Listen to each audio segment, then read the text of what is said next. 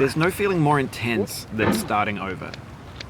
If you deleted your homework the day before it was due, as I have, or if you left your wallet at home and you have to go back after spending an hour in the commute. If you won some money at the casino and then put all your winnings on red but it came up black. If you got your best shirt dry cleaned before a wedding and then immediately dropped food on it. If you won an argument with a friend and then later discovered that they just returned to their original view. Starting over is harder than starting up. If you're not ready for that, like if you've already had a bad day, then what you're about to go through might be too much. Feel free to go away and come back. I'll be here. Alright, thanks for coming with me on this trip. I'll understand if you have to take a break at any point. Just find a safe place to stop and quit the game. And don't worry, I'll save your progress, always, even your mistakes. This game is a homage to a free game that came out in 2002, titled Sexy Hiking. The author of that game was Jazzuo, a mysterious Czech designer who was known at the time as the father of B games. And B games are rough assemblages of found objects.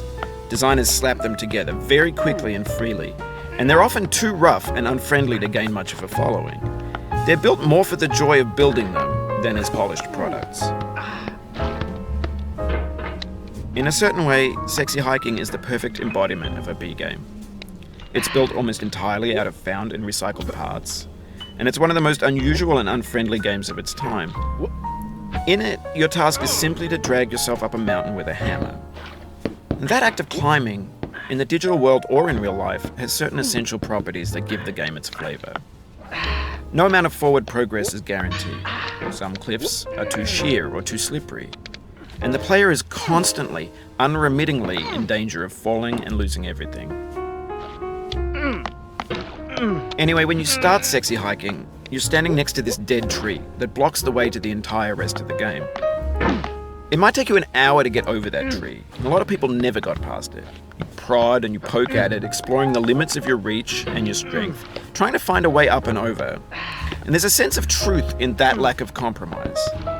Most obstacles in video game worlds are fake.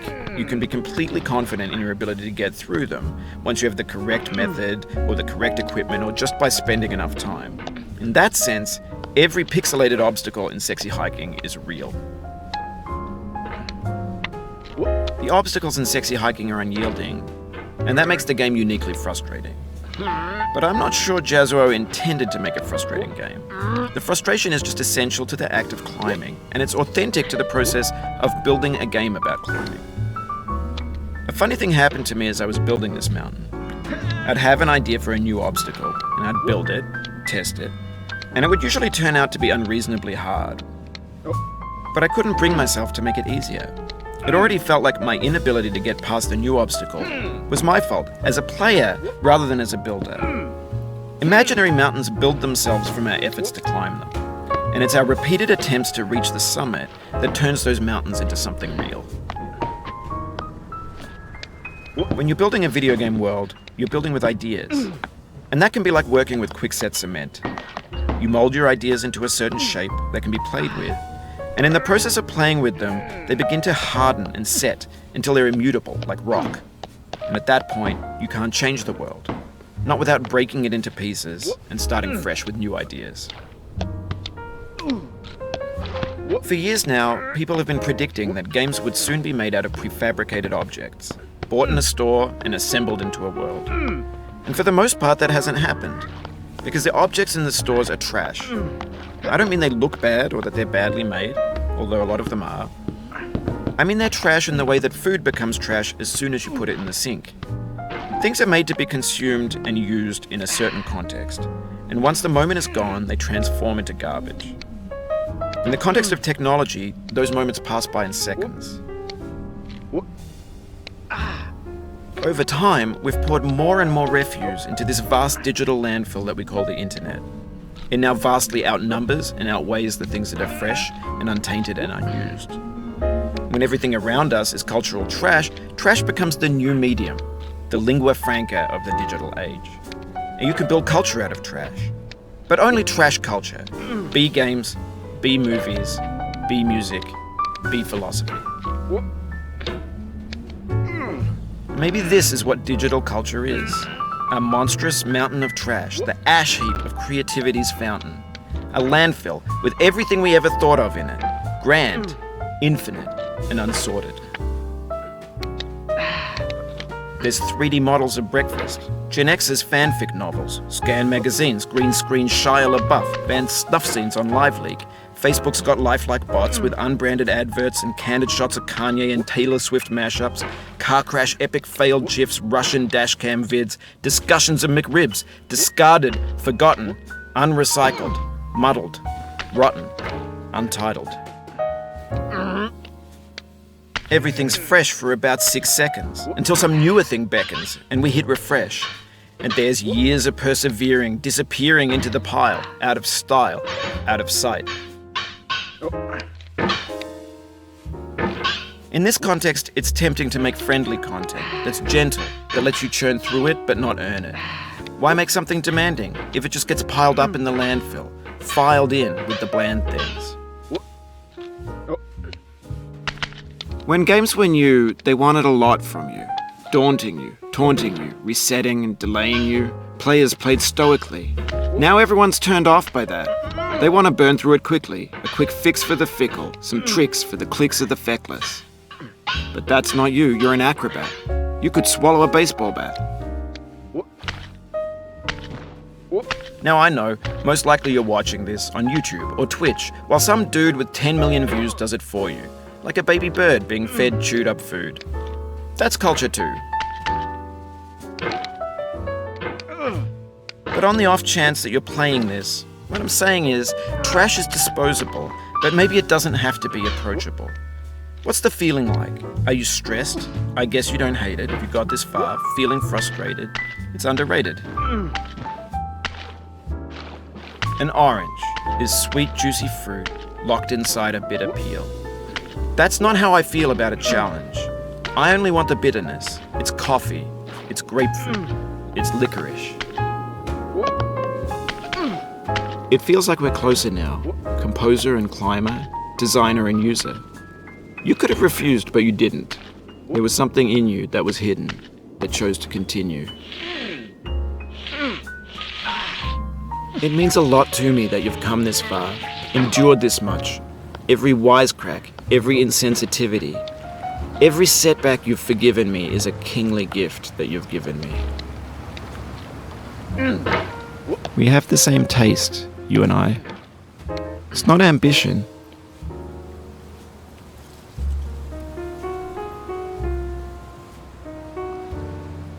It's ambition's opposite. An obdurate mission to taste defeat. You'll feel bad if you win, so I put this snake in for you.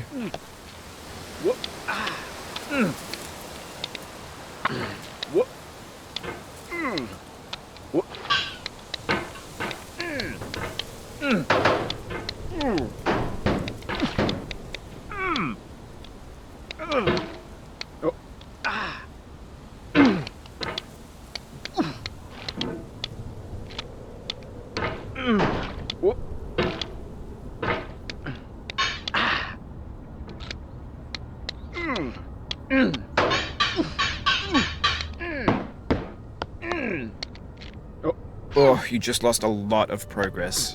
That's a deep frustration, a real punch in the gut.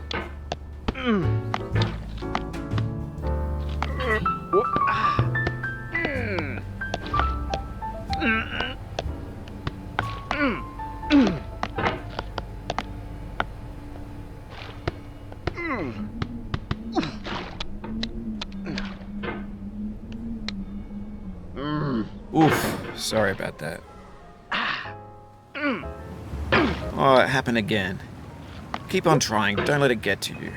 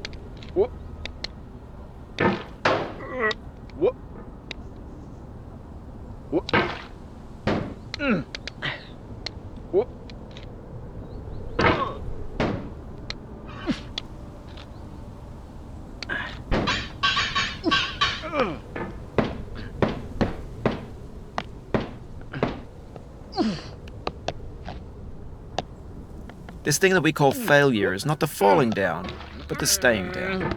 Mary Pickford.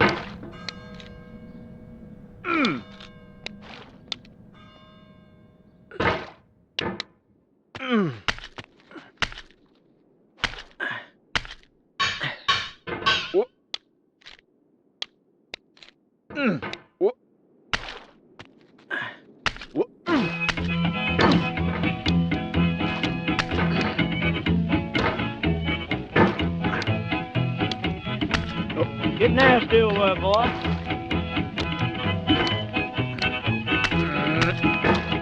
Going down the road feeling bad. I'm going down the road feeling bad. Going down the road feeling bad, and I ain't going to be treated this way. Oh, lay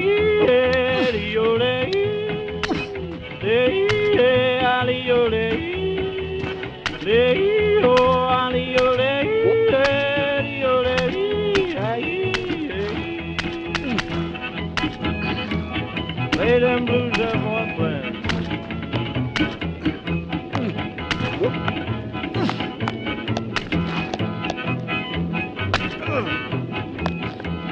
Down in the jail on my knees. I'm down in jail on my knees. Down in jail on my knees, and I ain't going to be treated this way. They feed me on. Have you thought about who you are in this? Are you the man in the pot, Diogenes? Are you his hand? Are you the top of his hammer? I think not. Where your hand moves, the hammer may not follow, nor the man, nor the man's hand.